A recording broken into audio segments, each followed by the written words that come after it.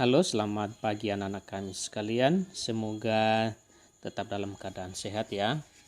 Nah, kemarin kita sudah belajar tentang IPA, air untuk kebutuhan sehari-hari. Jadi, apa saja syarat-syaratnya kemarin, yaitu persyaratan fisik, persyaratan kimia, dan persyaratan biologi. Dan itu sudah anak-anak kami tonton dalam video.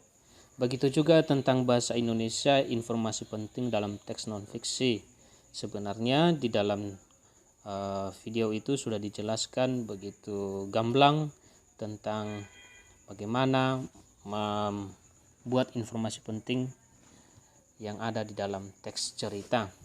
Namun masih ada beberapa anak-anak kami yang salah untuk mengerjakannya. Tapi tidak apa-apa, nanti kalau sudah kita tatap muka kembali, Pak Guru akan jelaskan ulang, terutama bagi beberapa anak kami yang masih susah membedakan atau mengerjakannya.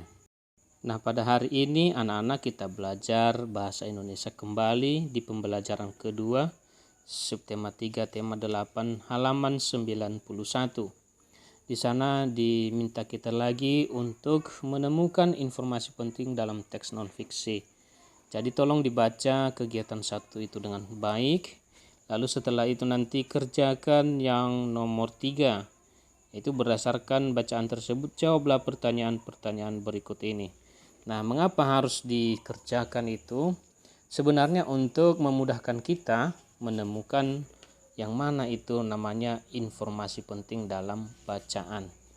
Jadi jangan mengarang yang di luar dari bacaan ya.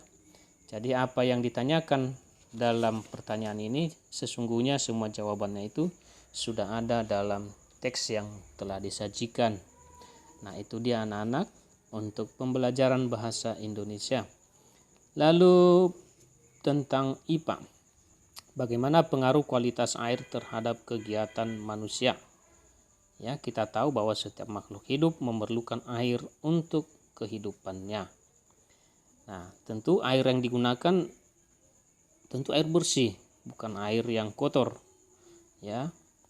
Tapi pernahkah kita bayangkan bagaimana kalau air di seluruh dunia ini menjadi kotor? Tentu menjadi ancaman bagi kehidupan kita. Kita akan bisa menjadi punah keberlangsungan kehidupan manusia. Nah, nanti dijelaskan kepada kita baik di buku maupun di video tentang penyebab terjadinya terganggunya kualitas air di dunia ini. Nanti bisa anak-anak kami tonton selanjutnya. Lalu kita juga pada pembelajaran SBDP kita melihat cerita bergambar. Nah, di dalam cerita bergambar itu ada 4 gambar, bisa anak-anak kami saksikan. Ada gambar dan ada dialog, maka dikatakan dia sebagai cerita bergambar. Nah, apa saja yang harus diperhatikan di sana? Anak-anak, cerita bergambar disebut juga dengan komik. Nah, komik itu adalah suatu bentuk seni yang menggunakan gambar-gambar tidak bergerak dan disusun sedemikian rupa sehingga membentuk jalinan cerita. Nah, jadi komik itu menggunakan rangkaian gambar. Nah, berikut ini ciri-ciri cerita bergambar atau komik. Ada 6. 1. Memperjelas ide cerita atau narasi. 2. Memberi gambaran singkat isi tulisan atau cerita yang disampaikan. 3. Menggunakan bahasa lisan sehingga mudah dipahami oleh pembaca. 4. Membuat gambar lebih banyak daripada teks cerita. Dan 5. Gambar-gambar menceritakan urutan peristiwa. Nah, ini dia anak-anak yang berhubungan dengan komik itu yang sedang kita bahas. Nah, untuk selanjutnya silakanlah tonton video berikut ini. Selamat pagi. Baik anak-anak, sudah siap untuk belajar hari ini? Kalau sudah siap, mari kita mulai belajarnya. Pertama-tama, kita akan mempelajari muatan IPA. Air sangat penting bagi kehidupan kita. Setiap hari kita menggunakan air. Namun, bagaimana ya jika kualitas air yang kita gunakan tidak memenuhi standar?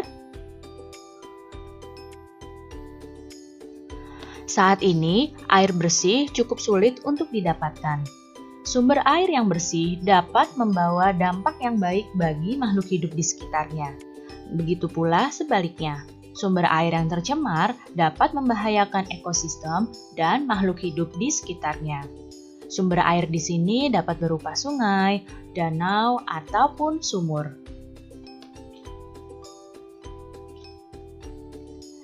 Bagaimana air dapat menjadi tercemar dan tidak dapat digunakan? Berikut ini adalah beberapa penyebab dari pencemaran air. Penyebab yang pertama adalah kebiasaan membuang sampah ke sungai. Kebiasaan yang buruk ini dapat membuat sungai menjadi kotor dan juga penuh dengan limbah rumah tangga. Dan hal ini tentu saja dapat merusak air yang ada di dalam sungai. Kemudian, pembuangan limbah deterjen ke perairan. Selain pembuangan limbah deterjen ke perairan, pembuangan limbah industri ke perairan juga dapat menjadi penyebab pencemaran air. Karena pembuangan limbah deterjen dan juga limbah industri dapat membuat perairan menjadi tercemar. Kemudian, pemakaian pupuk buatan dan pestisida berlebihan di lahan pertanian. Pupuk buatan dan juga pestisida mengandung bahan kimia. Hal ini dapat mencemari air jika terbawa dalam air. Berikutnya, tumpahan minyak dari kapal pembawa minyak.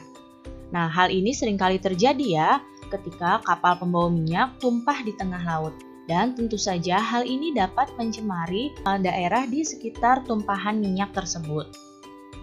Jadi, ini adalah beberapa penyebab dari pencemaran air. Nah, dapat kalian lihat pada gambar, jika pada air terdapat limbah, terdapat sampah, dan juga tumpahan minyak, tentu saja di sini akan membuat perairan menjadi kotor. Berikut ini adalah beberapa dampak dari pencemaran air. Yang pertama, kualitas air menjadi menurun sehingga tidak layak digunakan untuk memenuhi kebutuhan air masyarakat. Air yang kotor tentu saja tidak dapat digunakan. Kemudian, air yang tercemar mengganggu pertumbuhan tumbuhan. Berikutnya, membahayakan ekosistem yang ada di air. Jika air kotor dan banyak limbah, tentu saja ekosistem yang ada di air akan terganggu.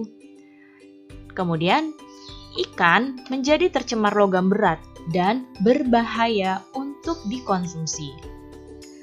Dan dampak yang terbesar adalah dapat menyebabkan krisis air bersih, sehingga manusia akan sulit untuk mendapatkan air bersih. Jadi, ini adalah dampak dari pencemaran air.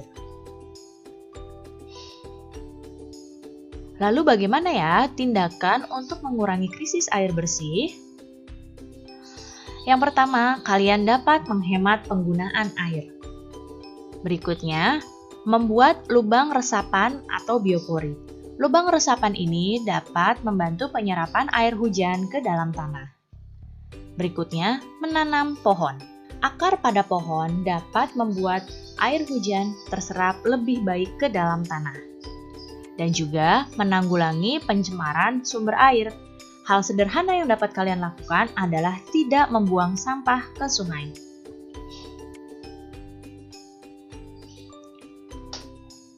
Air sangat diperlukan oleh semua makhluk hidup, termasuk binatang.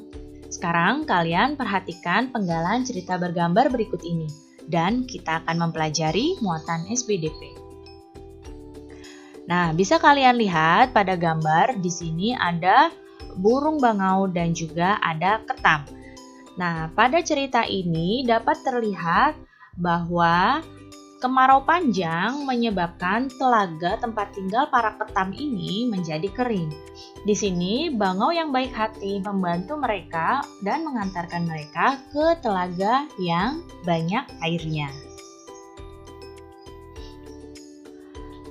Gambar bercerita merupakan gambar yang disusun sedemikian rupa sehingga menjalin sebuah cerita. Gambar cerita dibuat sesuai alur cerita dan mendukung isi cerita. Sampai sini sudah ingat lagi ya tentang gambar cerita? Berikut ini adalah ciri-ciri dari gambar cerita. Yang pertama, gambar dilengkapi dengan balon teks atau dialog. Kemudian, gambar disajikan dengan sederhana. Kemudian di sini memuat gambar lebih banyak daripada tulisan. Gambar-gambar menceritakan urutan cerita dan gambar memberi gambaran singkat tentang isi cerita. Dalam membuat gambar bercerita terdapat dua teknik. Kalian sudah mempelajari ini, mari kita ingat kembali. Yang pertama adalah teknik kering. Nah, teknik kering adalah teknik yang menggunakan media seperti pensil, arang, kapur, krayon, atau bahan lain yang tidak memerlukan air atau minyak. Sedangkan teknik basah di sini adalah teknik yang menggunakan media berupa cat air, cat minyak, tinta, atau media lain yang membutuhkan air atau minyak khusus sebagai pengencer.